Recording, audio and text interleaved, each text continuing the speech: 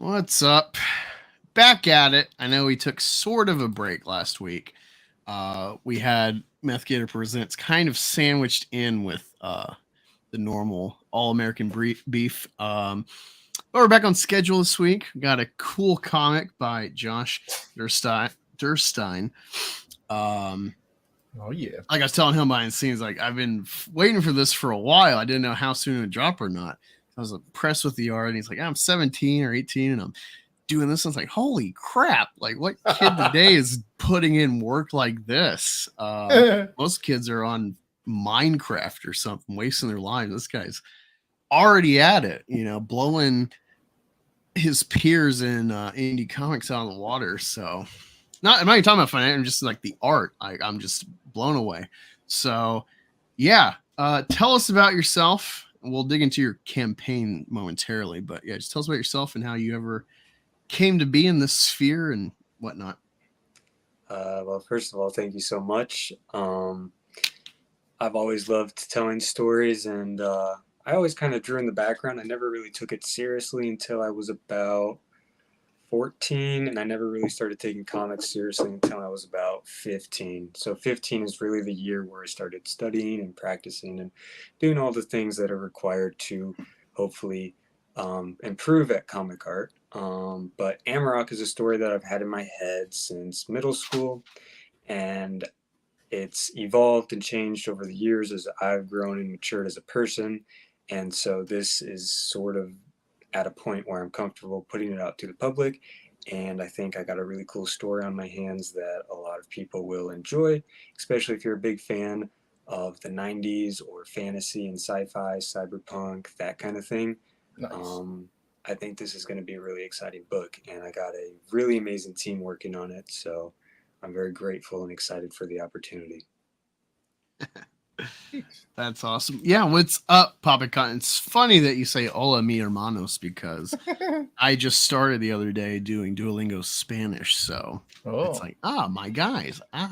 Cool. What part of the country you from? Like, you don't have to say what state, or just region. I'm Midwest. Ohio. Oh, okay. Yeah. Cool. Nice. Yeah, me too. I'm here in Ohio. No, it's cool. Normally everyone's from like Florida or California or New York, maybe Texas. Yeah. So just have like just flyover state guy doing cool stuff. Finally, Yeah. I mean, I've been a lot of different places in my life. I was a missionary kid. So yeah, I lived in Mongolia, Guatemala, Peru. Was in Florida for a bit, but yeah, stuck in Ohio. So nice. Very cool. What blend of, I'm assuming Christian, what blend are you, or grown up in at least? Just Baptist. Yeah. Okay. Cool. I've been all sorts. I ended my christendom being Catholic, but yeah, my mom was Jehovah's Witness, and we became went through the whole litany of Christian history, essentially, through all the denominations. So I've been Baptist for a few years as a kid. Yeah, that's cool. Did actually you pick did up this any... cool? Oh, sorry. Oh, I was gonna say I did this cool summer, like it's like a Boy Scout thing. It was a church, but it's a Boy Scouts essentially. It's a nice experience. I wish I could have stayed, but things happen. What were you gonna say, Chris? I was just gonna ask Josh if he picked up any cool Mongolian or Spanish Peruvian words or anything. You like the language that rub off, or? No, I was way too young. So in Mongolia, I lived there from I was like a few months old until the age of 5. So I was still trying to learn English. And then in Guatemala, we were there for like 2 years. I picked up a little bit, but I lost it. And Peru, we were only there for like a month, so it wasn't anything. But wait, so were y'all like living in the country for this like duration of time, or is it just like hop in there for like the summer? Oh yeah, no, we were living in there. Peru was for the summer. The other 2 we were living. My parents lived in Africa for a while doing stuff there. So cool. Yeah. Dude, this is weird. This is weird. This is how religions are made. Like the strange coincidence. I was just on my YouTube the other day waiting to hang out with my main YouTube buddy Rookie for Thursday streams, and I'm scrolling through YouTube and it's like Mongolia, strange things about Mongolia. And I'm like, why not? And it's like, it's like the 18th biggest country, but like almost no one lives here except in the city. and compared to all these other sparsely popular, it was weird. I was watching about the weather about it, and then here you are, and you lived in Mongolia. This is strange convergence is happening. For sure. Man. Little Mongolian metal, little throat music. That's really cool. I really enjoy listening to that. Actually, the Who. Yeah, I've heard of them. Those guys are awesome. Totally cool. No, that's awesome, man. I'm loving this. So I guess before we dig into it, like, what is it like? You're into these 90 comics. Was this like someone influenced by the current, last decade, give or take, of comic films and their popularity? Or is it just like organic art based? Like, how did you get in this heavy focus of 90 comics? And because I was heard you talking about like appreciating the kind of cartoonist angle to the exaggerations of the form and stuff. So exactly. So growing up, YouTube for my generation was always a big thing. So this guy, I don't know if you've heard of him, ZHC. I have not, no. He used to do a bunch of comic videos. Now he's gone a completely different direction. He's just a Mr. Beast ripoff now. But he used to make really cool, fun comic book content, and his style was heavily, heavily influenced by David Finch. So that was sort of my gateway drug into like artists in particular. So moving on from him, I really got into David Finch. The Venom comic was coming out. I really got into that with Ryan Stegman's art. And from that moment on, I sort of got really into so many different comic artists that as I progressed, I kept finding people that I liked more and more, like Stephen Platt and Mark Silvestri and Michael Turner and Joe Mad, all those guys, all the 90s guys. So, yeah. That's awesome. Yeah. Battle Chasers. Battle Chasers, yeah. Yeah, they just brought that back or continuing it. Is that right? I've seen it in the comics, like number 10. So I'm like, where's the first 9? And it's like, I guess this is like a kind of a continuation of where it left off. I've never read it. The art just stands out though. Joe Mad. Yeah. Amazing. Blizzard owes Joe Mad a lot. What's your favorite comic character if you had to just one to go with? Well, I'm pretty basic. It's Peter Parker. Nice. Okay. Yeah. No, don't sell yourself short, man. Peter Parker is endearing. Like, the whole like I've looked into objectivism a bit, and I've unknowingly been exposed to it. With like reading The Fountainhead in high school, and The Incredibles is amazing, and then I watch essays about what it means, and so I take that, and I think there's somewhat implicit objectivism in comic heroes in general. Or at least that's like a question that comes up, this objectivist duty. And Parker he really is endearing and durable in a different way, human way compared to like Batman. Has a human element, but he's durable given his hero template. No, it's cool, man. Yeah, Peter, I don't know how I'd say it. That's probably the first. It's probably got me into film criticism as a kid, was watching those Spider-Man behind the scenes and stuff. So it does go back a ways for me, even though it wasn't the traditional comic route. So that's awesome, man. So favorite Spider-Man movie? Let's hear that. Oh, this is going to be a bit of a controversial take. I'm really inclined to The Amazing Spider-Man. Okay. Yeah. Is it the Gwen Stacy story part, or is it the... I really enjoyed Andrew Garfield as Spider-Man. I thought he captured the energy of Peter very well, especially if you read the early Stan Lee runs. He's a very bit of an angsty, sarcastic character. Yeah. A lot of people mistake Peter for a Boy Scout, like Captain America or Superman. And in reality, he's really not. He's very selfish. He makes his own personal choices a lot. And the story of Spider-Man is ultimately overcoming his own selfish nature to make the selfless choice. He's not naturally selfless just without trying.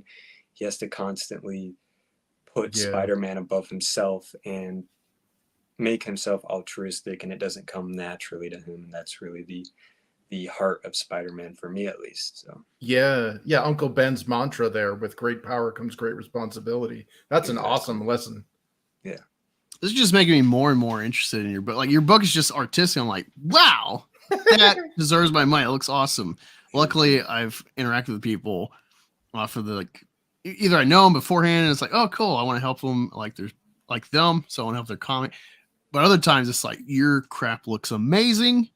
I'll find out if it's actually a good story or not, but like the art already deserves it. And hearing this from you is exciting for me because this is a medium that the art really can sell beyond its art, its overarching value. But hearing your take, even as a young man, seeing the value of the character, the depth, and the shortcomings makes me more hopeful going into your book, the story, Alex. You are the writer as well. Mm-hmm. That's awesome. Let me say hi, Karen. What is up? Dang it, I haven't clipped that that special clip for you. She's saying hi to everybody. She's a long time listener. She'll say hi and then like just hide in the shadows. But maybe I'll get it back her. Let me turn on my camera. It is time for christening of the stream. Get your drinks ready. Here we go. The horn of ceremony. We raise a toast to the chat.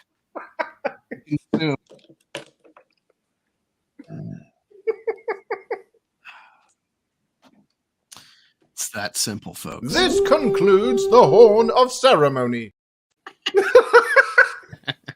Chris is the voice of that, by the way. It was just like wacky thought. I'm like, hey, Chris, can you record this line? And I'm like, no, punch it up. It's gotta be silly. And he nailed it. Karen says, I get busy here at home, but at least I come and tune in, dude. Whoa, what's with the attitude, lady? You need to simmer down. All right, let us look at. I always suck at. I always pull Boomer with this. No, not invite. Presenting Amarok's page. So I heard the trailer on the Finch stream, but I was at work, so I'm just listening, and so I don't know what this looks like at all. Besides, like your art. So, yeah, sure. Gonna play this fresh and new. Here we go.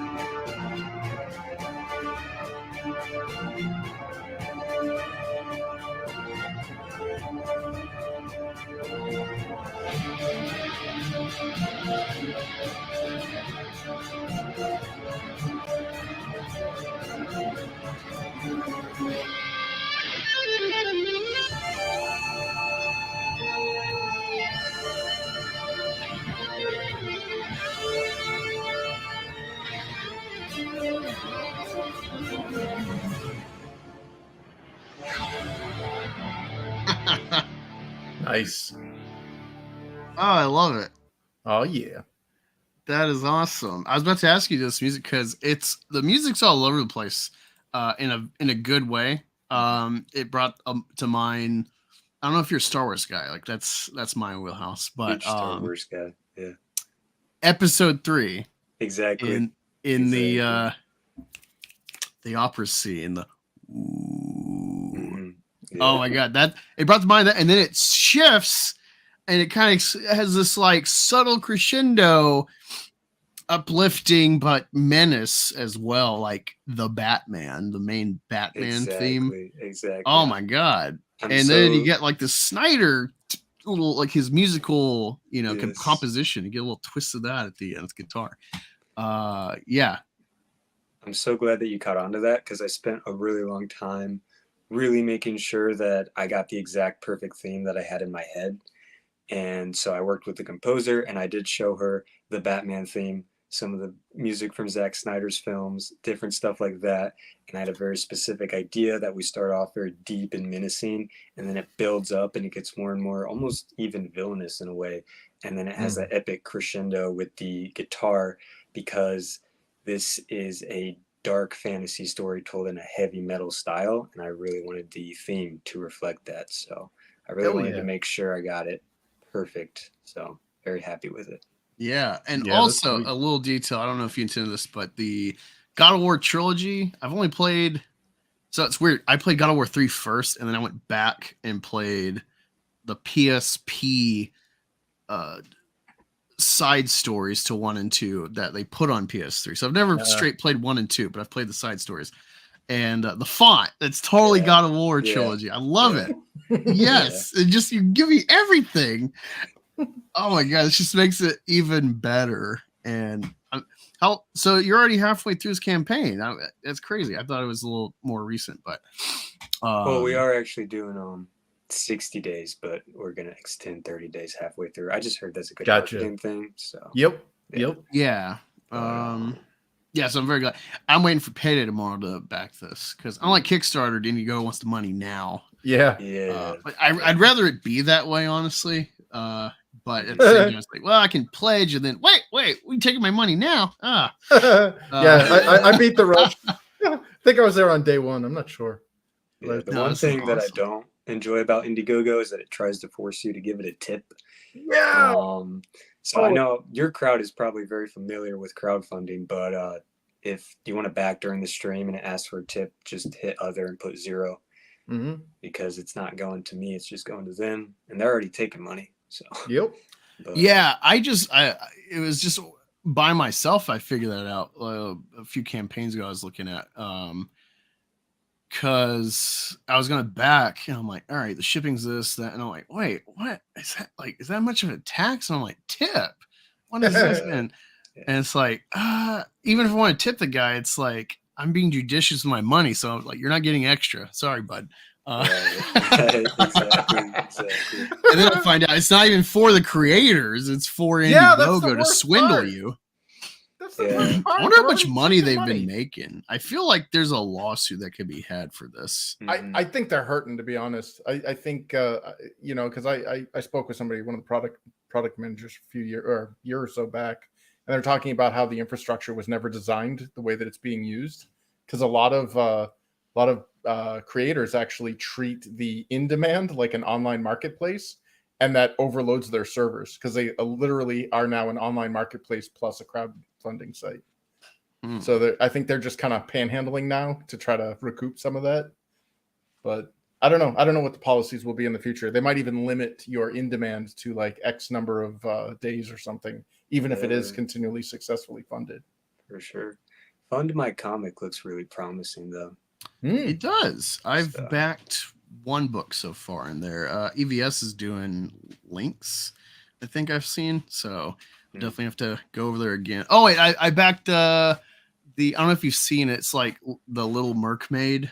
Yeah, that's the first one I backed over there. It's cool that you know these other things too. So so for like crowdfunding specifically, how did you know about this avenue? Well, back in the day, I don't know if you guys have heard about Joe Catapano, but he had a live stream. Yeah, he had a live stream that I would tune into like every single day, because he used to do it every single day, and he was working on Star Circuit, the first one.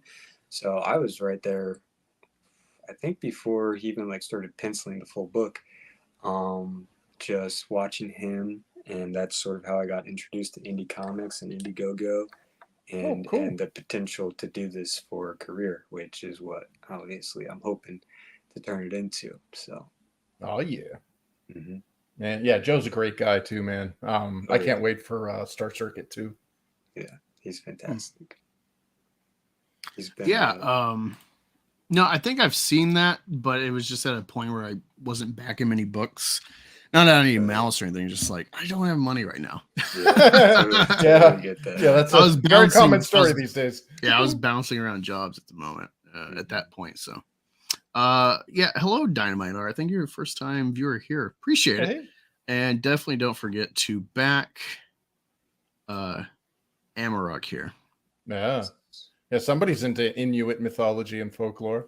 Mhm. Yeah, it's interesting because I just like I see this and it's like, oh, definitely like it evokes like Spawn imagery.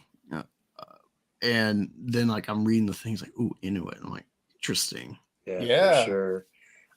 So I've always seen cyberpunk have a very Japanese influence, so I thought it'd be a lot more interesting if we, instead of Japanese, we did Native American influence Ah. instead. So, so the interesting thing is this is a little bit of a tidbit. I haven't really shared this out yet, but Amarok, the protagonist, is inspired by Inuit mythology. The antagonist is inspired by, I think, the Chickasaw Oh, mythology. So Hmm. it's sort I'm of from got Oklahoma, so that. Yeah. Chickasaw Nation's like 40 minutes from where I'm from.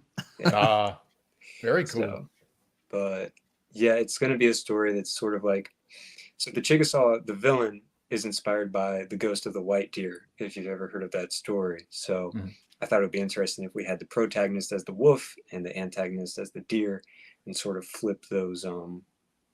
Predator prey. Yeah, Yeah. Yeah, the Exactly. dichotomy swapped. exactly. So yeah, I'm really excited to see where the story goes. So Very cool. No, Yeah, I so like am that. I.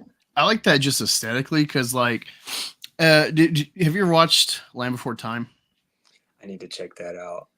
But Okay. no, yeah. So yeah, the first one's pretty good, and the rest are just like if if you're a sucker for dinosaurs, it's like there's just Jurassic World or Jurassic Park series, and then Land Before Time is probably the best. Is that the animated one? Yeah, Yep. Oh, yeah. okay. Yeah, I've seen Starting that. like I've the seen '80s. that. Yeah, Little Yeah, for cartoon sure. dinosaurs. Yeah, I saw that. Yeah. right. So as much as I like them because I just want to see dinosaurs, and Right. there's far and few between good stuff with that, especially as a kid in the '90s. You settle for what you can get, but I'm the kid that I watch Jurassic Park or Alien or Predator. I'm rooting for the monster. I don't care about the Exactly. people. Exactly. And I'm the bad guy. I like bad guys. All the Star Wars stuff I have is dark side besides like the Mhm. monsters or maybe like Yoda. And he's a creature, so it's like, kind of a tangent. So yeah, I just like the weird stuff, and the bad guys. 'Cause the bad guys are cooler and character-wise, they're more endearing. But with like animals, it's like, oh, deer. Deer are soft, they're mass produced, they're prey. A Right. wolf is a savage monster, it's insatiable. That's cool, Well, then you'll I've love always hated Amarok. that. And so for you to flip it and it's like, Yeah. oh, bad guy is an evil deer. Like, Mhm. yes, Mhm. screw you. Screw you, plant eaters. Yes. Man, I'm just loving this more and more. The more I'm learning Evil about this. vegans. Yes. Yeah. Everything you've been describing sounds like you'll absolutely love Amarok. So. Oh, this is perfect. Yeah. Yeah, that's an irritation I have with stuff like Star Wars. I'm a prequel kid, so it's like it ends great. The bad guys win, even though it's like, sorrowful. He lost his wife and thinks he lost his kid. The bad guys win. It's cool. The aesthetics are better than the stupid, passive aggressive Jedi. And then, you watch the original trilogy, good character development, simple. But I'm always hoping I saw the wrong movie. And it's like, actually, Luke joined Vader. So it's very kind of masochist endeavor every time I watch the original trilogy. Yeah, And for sure. yeah, so I'm loving this. Spawn really resonated with me as a kid because Yeah. he's kind of his whole power is evil, and he's not being like Ghost Rider. It's like, well, I'm gonna be good, and it's like, well, he's kind of just out for himself. Yeah. So nice, yeah, yeah. Tell us more about this, the Inuit and the Chickasaw stuff. Okay. So obviously, I was a prequel kid as well. So Revenge of the Sith had that on repeat for my entire childhood. Love that movie. It's my all-time favorite movie.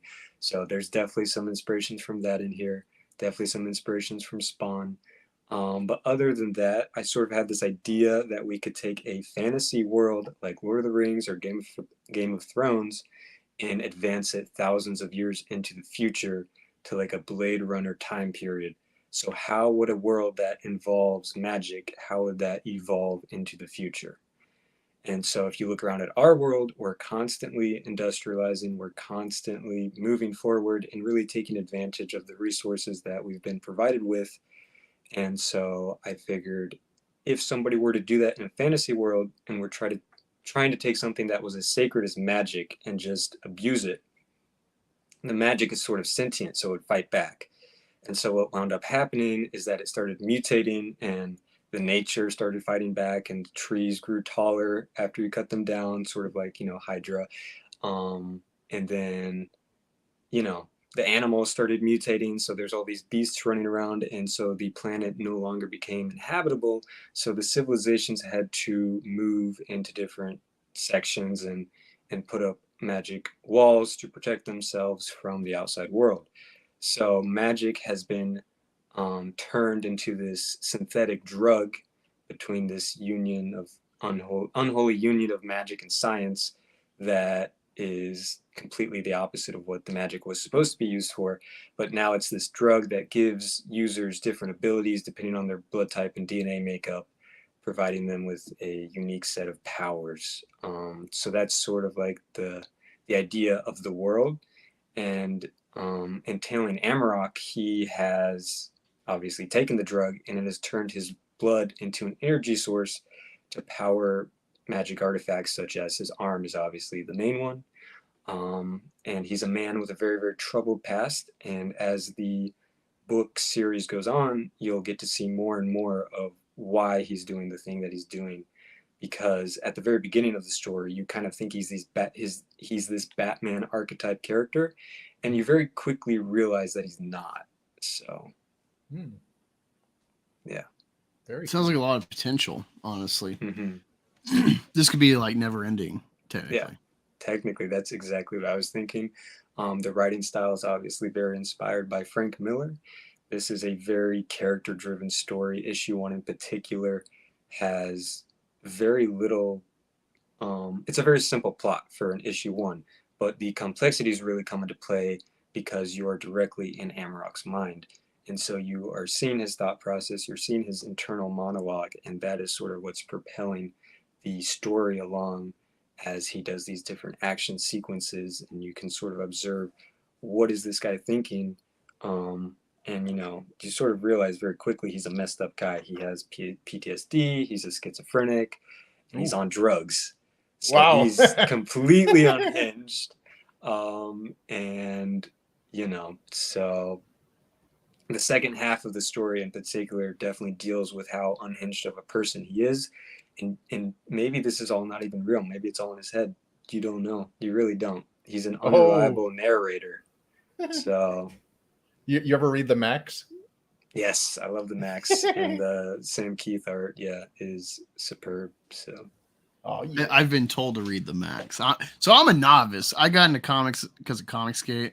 I'm always been interested in like the characters, but never grew up around a comic store, so never indulged. Yeah, me neither. I only recently, like 3 years ago. So yeah, but no, it's fun because like you probably exactly understand where it's like, yeah, this is like a 37-year-old comic, but like it's new to me. Yeah, exactly. Oh my god, this is awesome. And yeah, it's like trying to figure out the different stuff to read. Like, oh, there's just casually over 900 Spider-Man issues. Yeah. So yeah, trying to find that one. Obviously, my favorite is the JMS run. And Ultimate Spider-Man really spoke to me as well. That was when I was just getting into comics, so I was the same age as Peter. So it was really nice to experience that. But yeah. So these right here are penciled pages. So if anybody knows how comics work, you have a penciler, then an inker, then a colorist. Sometimes the artist will do both the penciling and the inking. But in my case, I really wanted this 90s aesthetic. So I'm working with John Livesey, who's been working in comics for over 30 years. He's worked on Marvel, DC, all the big, pretty much every company you could think of. So if you scroll down a little bit, those are what his inks look like over my pencils. This very 90s scissor cross hatching and copious amounts of detail. This really is the book of 1,000 lines. And then we're getting Andrew Dahlhaus on colors. He's colored for Marvel and DC. He usually colors over guys like Brett Booth. So it's very exciting to see his work on the book. He also colored that Rob Willis cover and the Canaan White cover. So Oh, okay. Let me scroll. yeah. No, I was trying to find it when you said his name. I'm like, I'm trying to find him. Yeah. But yeah, I love that Rob Willis cover. That's why I made it the main cover. Rob just understands everything that Amarok is, the gothic grandeur of the character, and he even designed the logo, which was really, really kind because it's an amazing logo. I mean, I'm a little bit biased, but that's pretty much the coolest logo I've ever seen. And I had told him to do something like the Max, do something that feels handwritten, and then he just blew it out of the water with giving this really gothic look to it. And I don't even know if this was intentional, but they look like wolf fangs, Yeah. which is so cool. And I don't know if Rob knows about like Inuit mythology and the Amarok and everything. So if he did that on accident, it makes it even cooler. Oh, before I forget, I was going to yeah. ask you, or I guess offer this idea. Have you thought of reaching out to any of the like Indian nations in America and be like, hey, like my comic is, it partly inspired by your people's mythology. Yeah. Would you want to help or like have some sort of, I don't know, this could be some sort of like, something that it'd be a promotion for you to sell, sure. But like, it'd be like, hey, maybe it could be some sort of like pair thing or something. You could do a second, like a Fund My Comic page or whatever, and do some sort of like, this is a Indian, heritage mythology package. I don't know. I don't know what they would do, but I just, the sky's the limit, honestly. Yeah, that would be super cool. And obviously he is Native American, or at least, it's the same thing in Star Wars. There's African Americans in Star Wars, but obviously there's no Africa in Star Wars. But obviously the same skin type and DNA makeup and face shape and facial features that are indigenous to those people. So yeah, that's cool, man. Yeah, I always had to talk with the colorist. I'm like, make him bronze. He has a bronze skin tone, not a pale skin tone. He's Native American, so nice. Yeah. What is it? Remember that line? I think it was from Dances with Wolves, where Shichukirk do yoked. The white people have come here before. Yeah. And he holds up a Spanish Morian. It's like, yeah, they didn't survive. What his cape, is that like something from his power? Because it appears like he's just got a bare chest. So I was curious about that. No, he's literally just a shirtless guy running around in a cape. I mean, that's sort of like the first thing I want people to realize is, okay, what is this guy thinking? He doesn't have a shirt on. He's just running around in a cape. Is he crazy? And the answer is yes, he is crazy. But it is also a bit of a relic from his past. So the idea is that in a Lord of the Rings or Game of Thrones style world, there's all these different clans and factions and tribes. And as they progress into the future and are basically shoved into the cities, they have to evolve, and they basically wound up turning into these gangs, but they still carry like the tribal heritage, and they want to carry on the traditions and keep with the the ideals. So they're very much centered around doing different trials and having different markings or clothing or masks that really show who they're associated with. So the idea with the city in general is that it's, obviously I'm so new to this, but a lot of people, when I tell them, they're like, oh, so it's like Judge Dredd. So the idea is that I wanted to flip the whole poor people live on the bottom of the city while the rich people live among the clouds. I wanted to flip that on its head. So what winds up happening is that the higher atmosphere is very much harder to inhabit. And pollution rises. Exactly, pollution. Okay. And it's the buildings as they go up become a lot more unstable. The death rates are a lot higher and everything. And the bottom is very clean, it's well kept, it's very stable. The buildings are, have really good bases, and it's very, very safe there. And I didn't want to make this a, economic poverty versus the rich thing. I wanted to focus more on like a communist society. So the idea that if you live on the bottom, you will be cared for everything will be provided for you. We will give you everything you need to stay alive, but you really have to do everything we say. You'll wear the clothes we tell you to, you'll do the jobs we tell you to, and you don't have a choice. Sort of that idea of them all functioning together. And then the top of the city, there it's almost like no man's land. They make their own rules, they do whatever they want, and they make the decisions based upon, you know, their own choices. So it's not really run by the government up there, but obviously they're not protected by them. So it's sort of the idea of, would you rather have your freedom or would you rather be safe? And that's really up for the reader to decide, you know, which one would I rather have? Because, you know, some people have a family and you can't really risk being up there.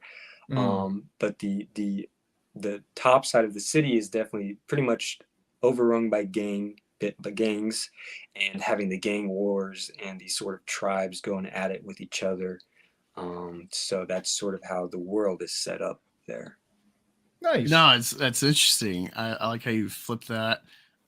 It also just story wise facilitates, you know, you live in Spider-Man, a guy running around with, you know, skyscrapers. It facilitates like, well, he's more likely to be out here than in a nice communist area at the bottom. So that can work for you story wise.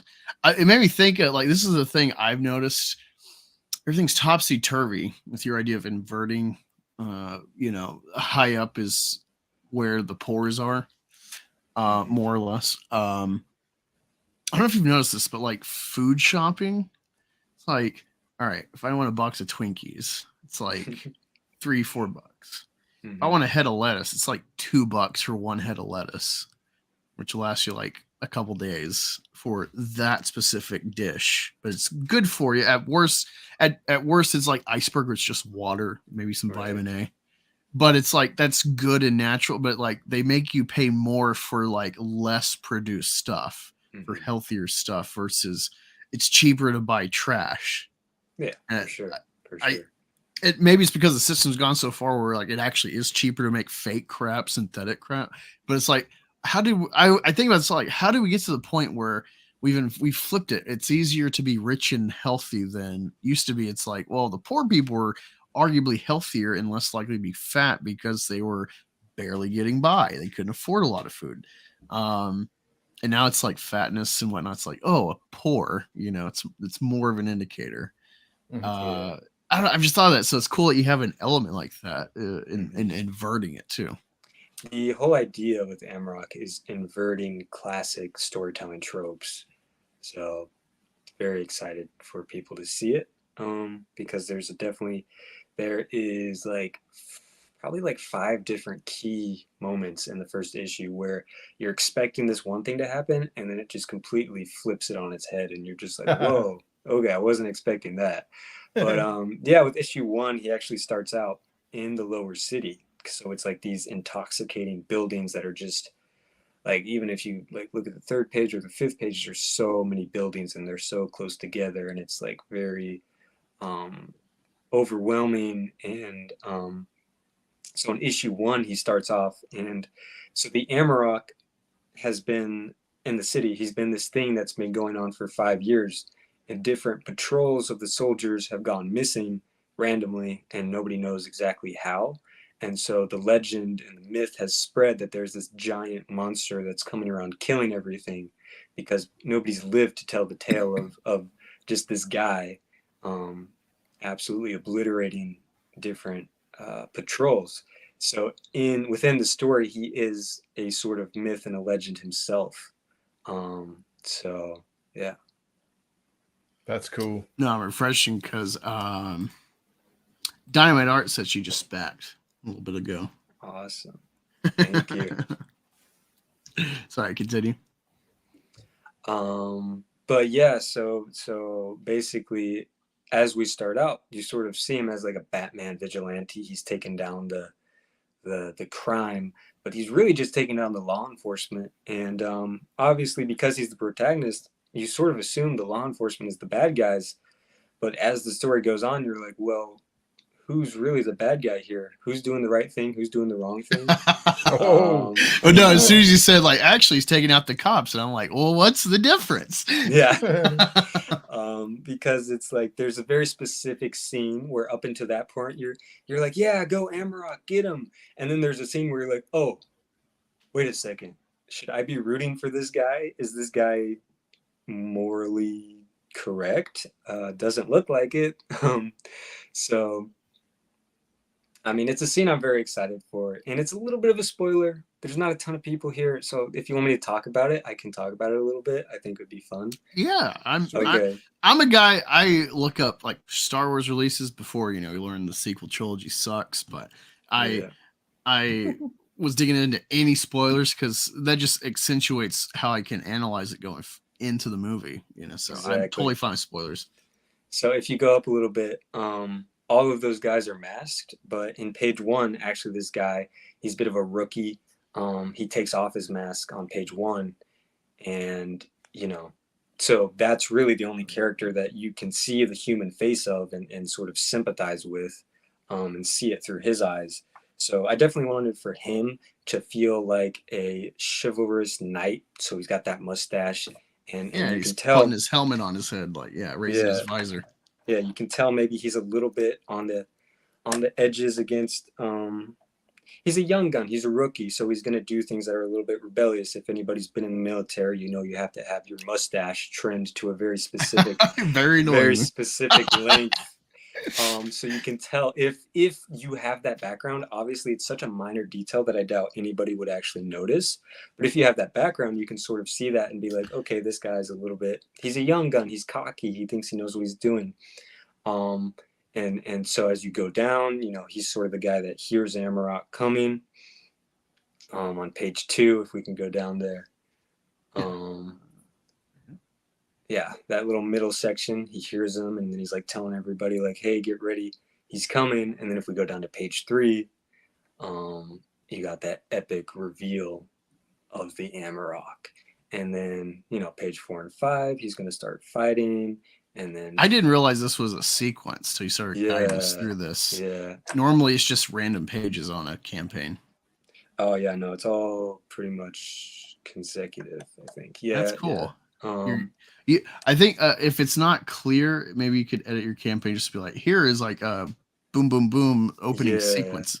Just so people are aware, because they're going to be like me. They're not going to petition like, oh, page 4, page 5, like on your identifiers.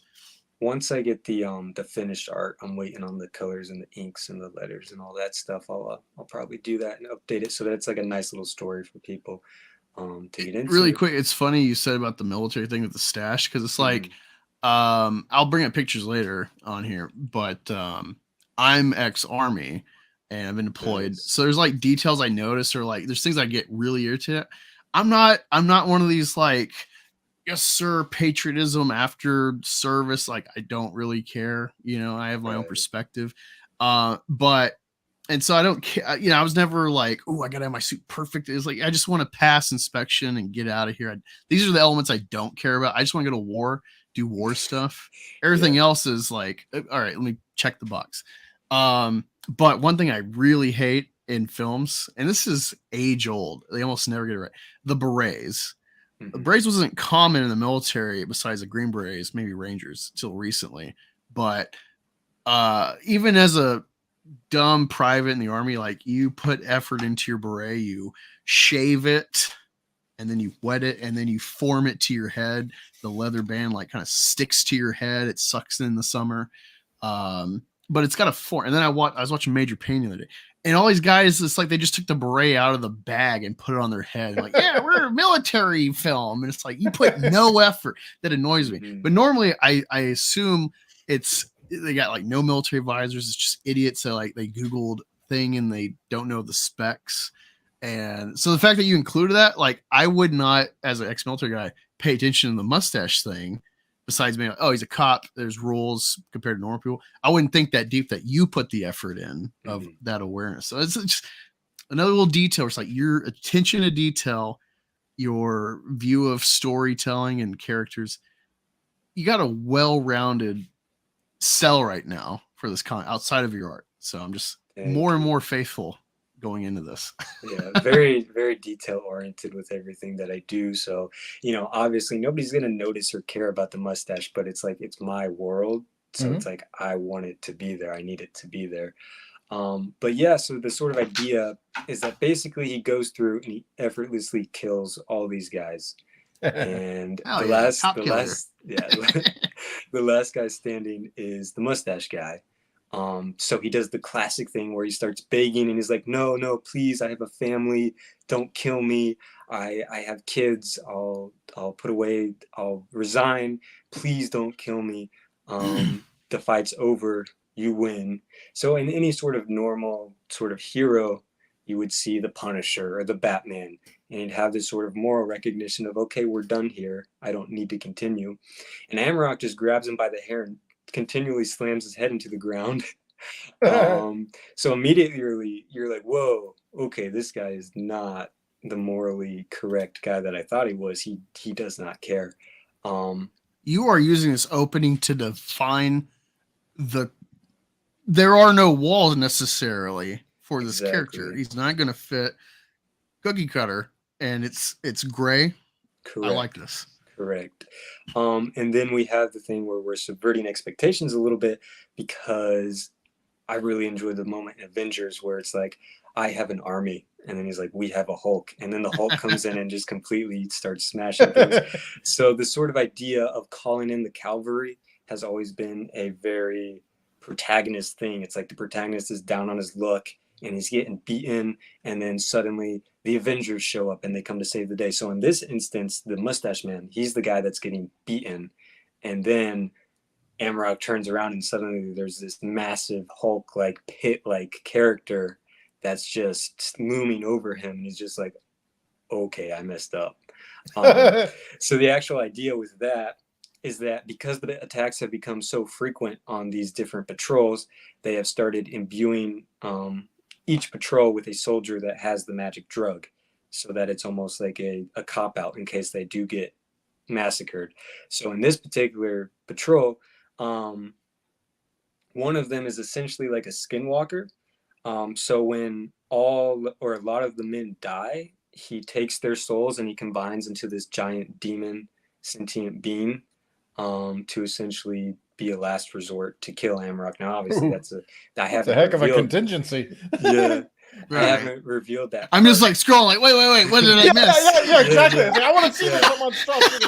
Exactly. But yeah, because it's like, you know, everybody's like, oh, this looks interesting, this looks cool, but it's like, no, I have so much more up my sleeve for this story that I'm really excited for people to see when they do back the project. So yeah, it's gonna be really, really fun, and oh my god, it only gets more hardcore from there, and it really starts picking up intensity with pretty much on every level. So I gotta ask, just given that you don't have to give as little or as much detail as you want, but you're 18, and so you're getting these like, I've commissioned Kane White recently, so it's like I know what that can cost when you're not doing any of the art, and that's been the challenge for me. You're doing a lot of your art, but you're also commissioning people, so it's like you're 18. Mm-hmm. What's your story with money? Have you already been doing art stuff, work-wise, or? Yeah, so I used a lot of the money that I got from my own commissions to commission different artists. So obviously, I mean, you know, totally worth it. But for me, as an 18-year-old, you know, guys like Keenan White, Rob Willis, you know, those guys can be a little bit expensive, but they delivered the absolute best quality possible. So I couldn't be more happy. And it was like, I was even thinking to myself, even if I'm not even really able to profit off this, I got to create my own universe and my own world directly from my head. And there's nothing more fulfilling in the world than that. It doesn't matter how much money you have. This is more fulfilling, and nothing can really buy that or make that. It's all entirely up to you, which is why I get frustrated when I see rich people. I'm like, you guys can make your entire fictional universe and pay artists and pay animators and pay writers to do whatever you want, and you just don't care. But it would be like the coolest thing. So yeah, you're looking at current comics, and you're like, as an artist, trying to make a name for yourself, you're like, I can do better. Yeah, You got a Michael Jordan thing going on, and that's a good thing. Thank you. You know, I know Michael Jordan sees LeBron, and because of comparisons, I think they're very valid. I know that's a sports argument, but you know, he is this era's Jordan, regardless of if you think it's worthy or not. Michael Jordan is like just gritting his teeth. It's like, God, if I was just 20 years younger, I'd go on the court with this guy and show him who's boss. Honestly, I'd pick LeBron over Michael to build a team, but you know, you see that like righteous resentment of the state of things, or you seeing like I could do better, and they're selling slop in your view. Yeah. And I like that. I'm like, here, like, this is giving you a drive, though. This is a little chip on your shoulder to go forward for eternity. It's like a Tom Brady thing. They picked me 6th round. Exactly. I mean, the frustrating thing with like Marvel and DC is that they will have really, really good stories with really, really good art, like every once in a while. Like that Mark Silvestri Batman that just came out was amazing. And then everything else, I'm personally not into. If other people are into it, that's totally their thing. But I think they're marketing to an audience who didn't even care about comics. Yeah. And I want this to be sort of like the punk rock of comics. Like, hey, we're bringing high detailed art back. We're bringing a meaningful story back. We're bringing a story that's entirely focused on its own universe and not trying to promote anything else other than the story and only the story. And you know, I don't have time for anything. I just care about making comics. That's all I care about, and making the best comic I can. So that's really what I want to do with this, and show people that, hey, getting into this is what I care about. This is what I prioritize, and this is what I want to do for the rest of my life. So yeah, nice. More power to you, buddy. This is awesome. Thank you. What was it like hanging out with David Finch on a stream? I didn't know you've talked to him behind the scenes, Chloe, because you've got a cover, but like, given that's kind of a big root of your fandom in general for the medium and guiding you, what's that like to meet a hero like that? It was enthralling. It was very obviously a little bit anxious about it, but it was honestly one of the best experiences of my entire life. And it was absolutely amazing to get the opportunity to just chat with him. And he's such a down-to-earth, very humble guy. He's probably the nicest guy I've ever met. And whenever you try to compliment him, he was like, nah, I'm not that good. And I'm like, no, you're that guy knows he's good. Yeah. I'm like, no, dude, you're literally a living legend, and you inspire me to get into comics. And he's like, oh, thanks. But it's like, we were talking about like all these like really talented artists, and he was like, yeah, I'm not like them. And I'm like, Mr. Finch, you don't understand. But yeah, it really came full circle. And for me, it's absolutely insane, because obviously David Finch is what got me into comics. He's the guy that taught me about comics. And so to come on his show 3 years later and him drawing my character, it's the most poetic thing ever that really came full circle. And for me, obviously, as a believer, I believe everything happens for a reason. And I mean, for me, it's like, how can God not be real when it's like, this has to be one of like the most insane things that just, I mean, that doesn't happen to everybody. It just doesn't. And especially at so young, it was insane that I'm even professional friends with him, and that he was gracious enough to do this cover for me. And I couldn't be more grateful for the opportunity, and for the opportunity to even know him, and for him not only to appreciate me, but also be a fan of my work and a fan of what I'm doing, and be interested in it himself, is really, really nice. And it feels amazing. That's awesome. I like that, because you're a kid, you know, ultimately you're 18. Yeah. You're just starting out. Yeah. And you're doing this for about 3 years, building up. And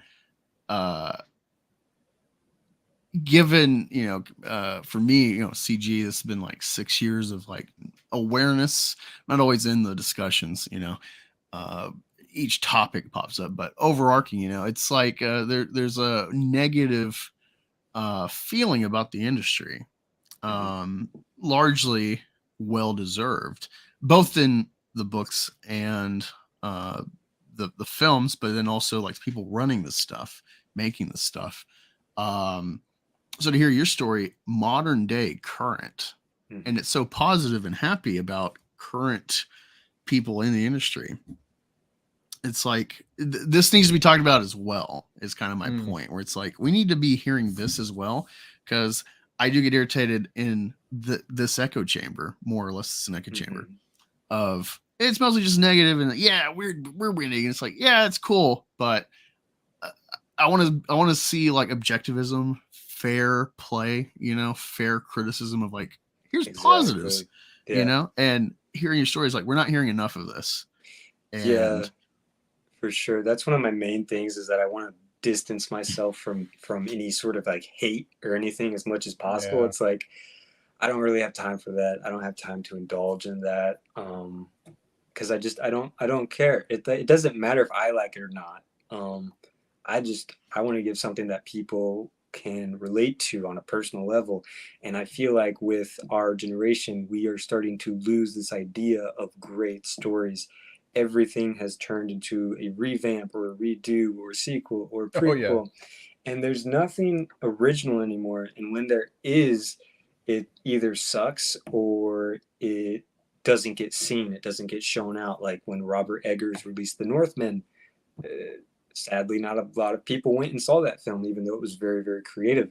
And we live in this society of escapism that I would say defines our modern society, is constantly having this instant gratification with everything that we could ever want at our fingertips. And what does that really do to you as a person? It depletes your energy for appreciating something that's really deep and meaningful and good, and makes you lust after things that's something that you can maybe make you feel better about yourself. And so we have sort of started losing stories with very strong morals or very hopeful messages. And so for me, Amarok is it's the ultimate redemption story, because he starts out at ground. But if there's a ground level, he's in the basement. He found the basement to being at ground level. And so this is all a huge allegory for addiction and substance abuse and what that can do to you. And I also think those things are handled very immaturely when you have people coming along saying, don't do drugs. Drugs are bad. Don't do that. It's the most condescending thing ever to addicts, because obviously they are well aware, more than anybody, that drugs are terrible and drugs are ruining their life, and they know that. Like, gee, why did I think of that? I know. And I thought they had vitamin C. Exactly. They hate themselves on a very, very intimate, deep level that I feel like is completely overshadowed by society, and is sort of just looked down upon as people trying to put themselves in a higher position and say, we're better than you because we don't do this thing.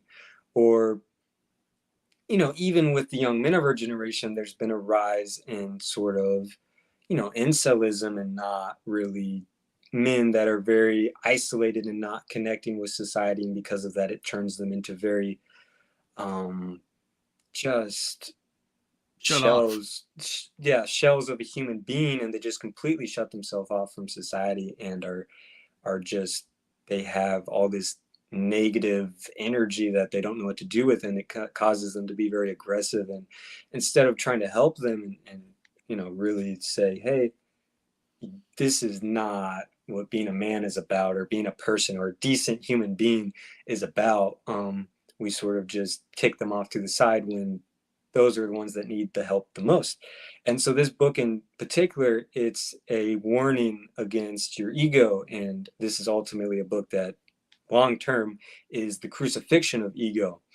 And so hopefully, obviously, I hope that it has something that everybody can relate to, because we're all human and we all sort of understand these selfish desires and why we do them and why we are inclined to do these things.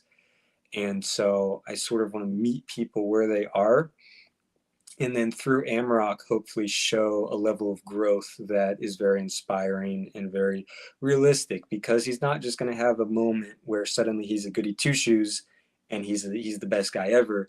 He's going to be continuously, hopefully, bettering as a person and trying to figure out how to harness this very angry energy that he has at the entire world because of his past. He's angry at the entire world, really, for what happened to him.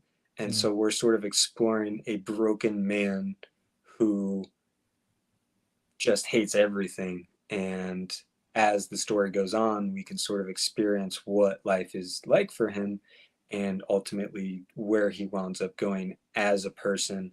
And it's not going to be a seamless transition to a hero or anything.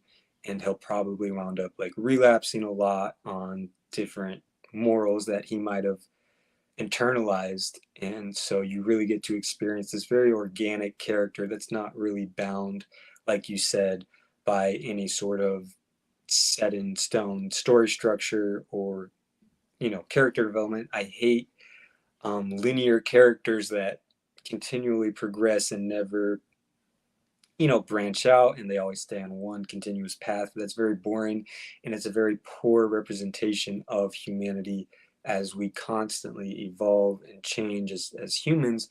And that's something that I always want to be doing, is constantly being open to learning and garnering knowledge and being very open to sides that are the complete opposite of what I believe in. Even if I believe very strongly against the fundamentals of another person's belief, I always want to be able to understand where they're coming from and why they might be thinking of that, because as humans we are fundamentally built up with every single experience of your life is what makes you who you are. So Oh my God. when Don't you're go to college. You saying that? not, You're making me think not about going to college. when I went to college second time at OSU after the Army. And it was like, you know, Trump was coming into the race as like the front runner for the Republicans and stuff, and this dichotomy that has permeated society since. And in like just everyday setting, like I started noticing, you know, and on hindsight I can see, you know, understand completely, but you know, it's like I started realizing like some of these classes, like I'm not being taught to like think, you know, like when I was in medic school, the first half is EMT class, and our teacher, he was former medic, and we felt really bad because we had like the worst grades of like the entire company in the classes, like 7 classes. And he's like, "Hey, don't worry. It's like they're going to nosedive come to like preceding tests each section. You're going to stay level. Like you may be at like a C grade level, but you're going to know how to think about these questions. They're kind of simple multiple choice questions after the fact, but it's like they're going to give you questions that are like all the answers are right, but what's the most right?" And that's how college was supposed to be, is like teach you how to think out a problem. Like law school, you can be the most like Catholic, religious, whatever, pro-life person, but you need to be able to argue as a lawyer the pro-choice side convincingly. You know, you have to know it backwards and forwards. And that's just one example. And we're learning indoctrination. Like, no, this is the right way to think. And that's why I'm like, don't go to college, because it's like it's compromised now. Because everything you're saying is like what college was supposed to be. I'm the exact same way with that. I believe that the goal of any education system is to create people that can memorize things and repeat them and follow orders. And those are the two main structures of any education system, is to essentially create workers. We're not creating entrepreneurs. We're not creating critical thinkers. You're taking a 7-year-old and putting them in a office environment for 7 hours a day to prepare them for that in their adult life. And this is a thing that always like gets my family, is like, I talk about this all the time. I was like, no, you guys don't understand. Like school is killing creativity. It's absolutely obliterating critical thinking skills and just breeding this generation of, I mean, it's been, you know, it's not just this generation, it's been what they've been doing forever, because there is no sort of importance placed on really the heart of humanity, the arts, and the arts are not taken seriously. And we promote learning these things that you'll never round up using. I mean, I've asked, you know, different adults, like, do you know what the Pythagorean theorem is? And it's like, no. Yeah. And it's like, exactly. Well, wow. Some, you know, very smart people do. If you're in math, you know what it is, but it's baffling that you have these adults that, you know, that's the biggest part of algebra. That is like a staple of math. And if you Yeah. cannot even remember that, the education system clearly did not do its job, because it doesn't teach you to learn. It teaches you to memorize and repeat. And then once you don't need that information anymore, you dispense it and you get rid of it. And so it's entirely anticlimactic to what it is supposed to be used for. And for me, one of the things about, like, people always say, oh, when am I going to use this in life? And the teacher will reply, it's not how you use it, it's the way that you're learning it. Which definitely is a valid point. But for math or something, it is a very linear way of problem solving. You have a direct amount of steps that you go through to complete the product. And that problem solving can be very useful, but it's not the only kind of problem solving that you need to utilize in life.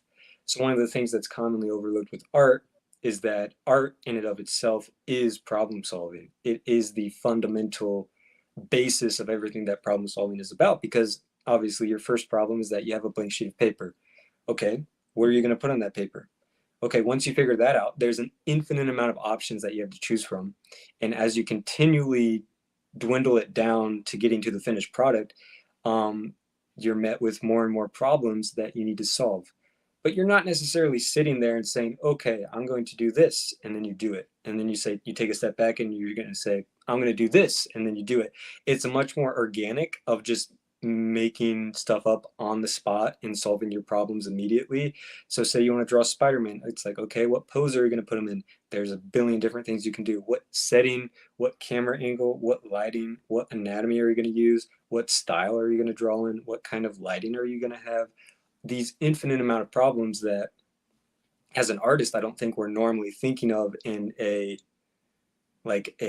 conscious manner. It's all a very subconscious, feeling-based thing, but it's essentially training you to solve problems on the spot and not have to think about it.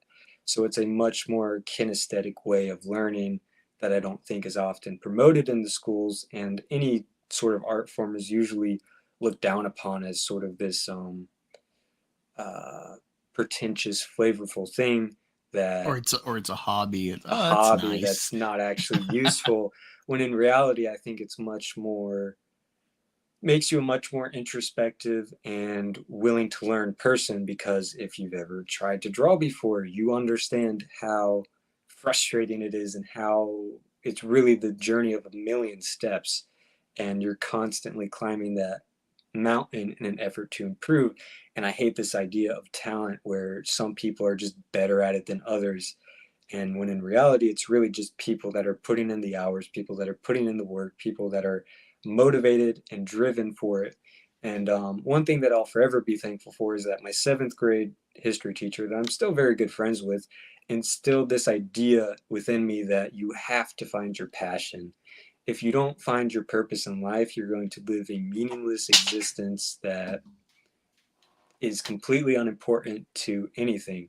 So finding your passion, finding what you believe your purpose in life is for, and really, really searching for it is so important. And I hate that coming out of graduation, most kids are pressured to choose a specific college to go to and choose a specific subject to go to. And I know as a kid, I was constantly wanting to do different things. I wanted to be a paleontologist, and then I decided I wanted to be an author, and then I finally decided I wanted to be an artist. And what I wasn't really aware of is that not a lot of people are thinking that way. Many people will have one thing they want to do as a kid, and then they'll realize it's not a very realistic goal, and they've changed as a person, and that's I get not something, discouraged. yeah, that's not something that they want to do anymore. And so they're like, okay, I'll wait until I'm 18 to figure it out. So they go throughout middle school and high school not having a really solid basis around what they want to do. I mean, one of the things that I always noticed was, like, somebody would say, I want to be a vet. It's like, okay, cool. What do you know about being a vet?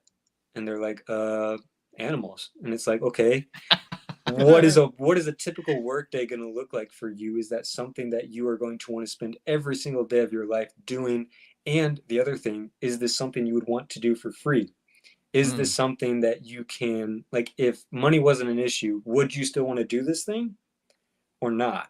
Because, I mean, obviously, you know, you need to make money. So a lot of times you do need to base your job around a very realistic, grounded viewpoint of this is the best thing that for me financially. But if it's not something you enjoy doing, and you know, the really sad thing about college is not only the fact that I don't really agree with a lot of the teaching methods there, but over 75% of people change their major, which means that over 75% of people really don't know what they want to do with their life. And so they don't have a driven passion to fulfill them and propel them towards this thing that is going to take up the rest of their life. And so they will often just choose the easiest thing. And that's one of the things that I'm very, you know, angry at, is like when people are just like, oh, I'm going to be a psychologist because that's easy.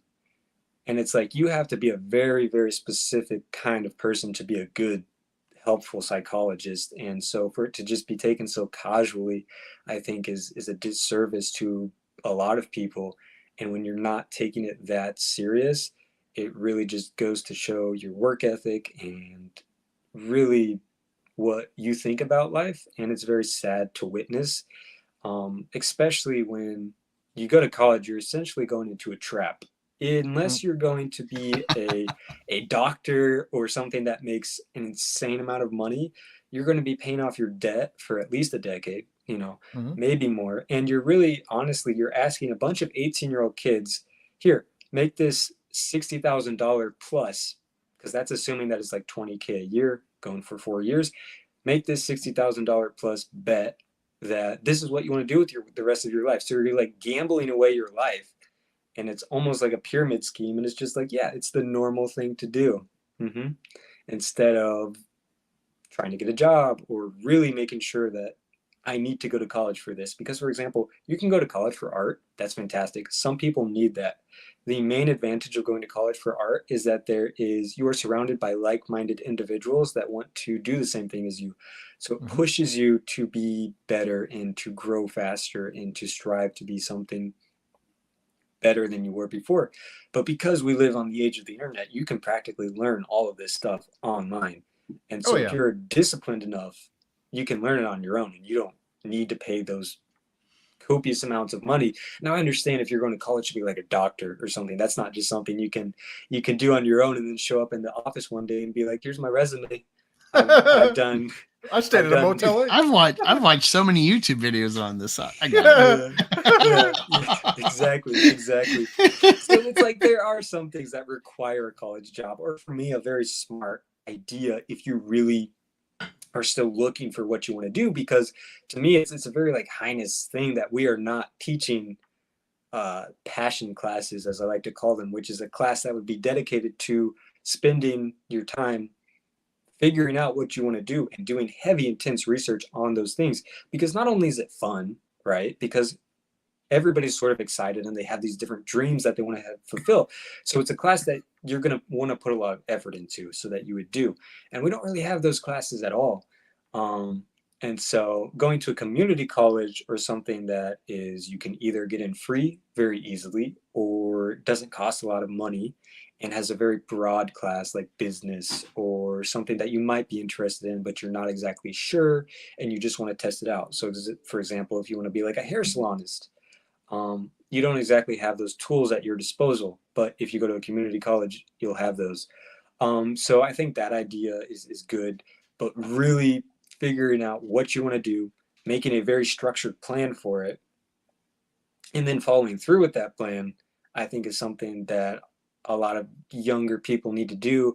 And I think a lot of older people regret not doing, because then you get stuck in the system and it all is essentially a rat race of you work and then you're so exhausted after work that you come home that you really don't have time to think for yourself or to do any self-reflection or critical thinking.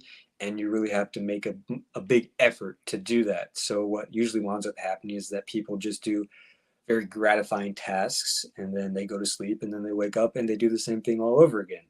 And that is their entire life until they retire, and then they're too old to do anything. It's really, really frustrating for me to see so many people just casually want to throw their lives away when you could be doing something that has a much higher purpose that speaks to you. And the capacity for human imagination and human creativity and what the brain can do is so immense that to see it not be taken full advantage of is very disheartening. Because if you really think about it, imagination is this power that we've been endowed with. No other living creature has the ability to create a complicated, intense world system and character driven story just from their imagination. And so I think stories are the best, really the best thing ever, because it's really what can unify entire nations and people and everything. It's how we process life. And to see it treated with such a disrespect is very disheartening when I see that. So I really want to make sure that my craftsmanship can reflect my ideals as well as what I hope we can push for in the future. Because you can kind of just sit there and say, all this stuff is stupid and I hate it. And you can do that.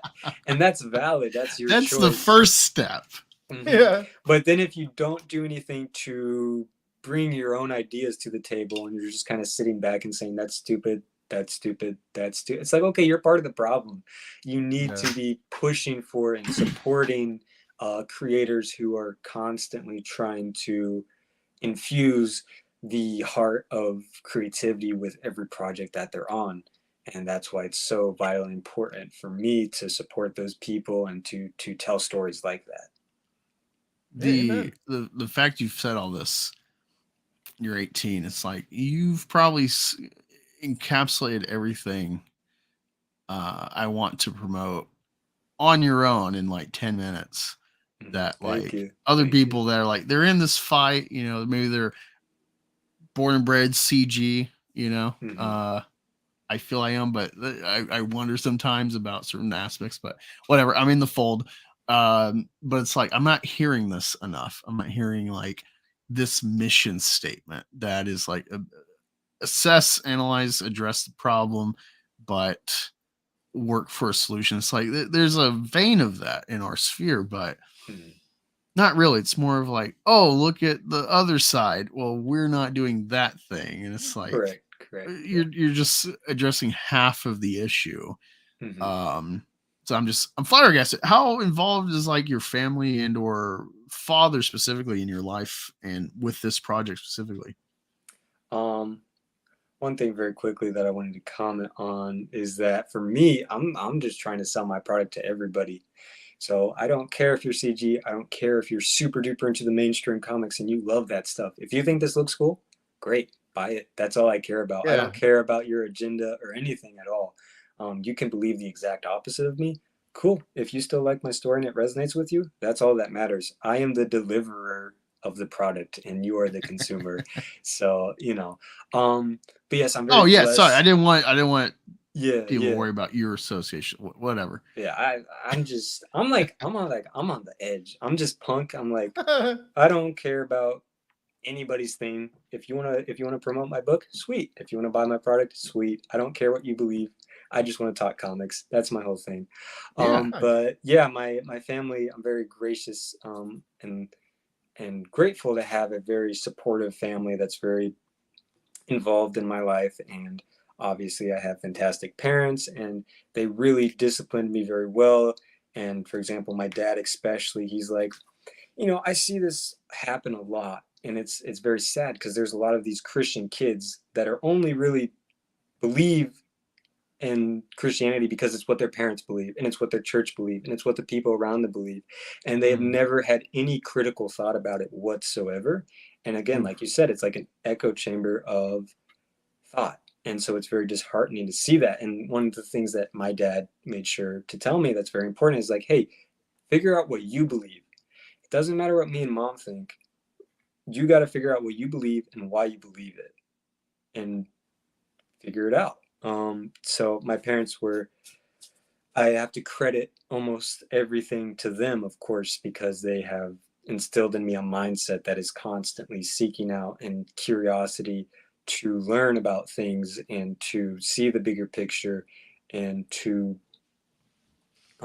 work very hard to get to where I want, and that it's not all about me. And I feel like we live in a society that can be very selfish, that everybody wants this thing to be tailored, hand catered to them, when it's like, well, that's not exactly how it works. It's like, for example, if you're just gonna like hate on a story, it's like, okay, you can do that, but for me it's like, I don't like that story, I'm not gonna look at it, bye, and I move on to the next thing. That's just how I operate.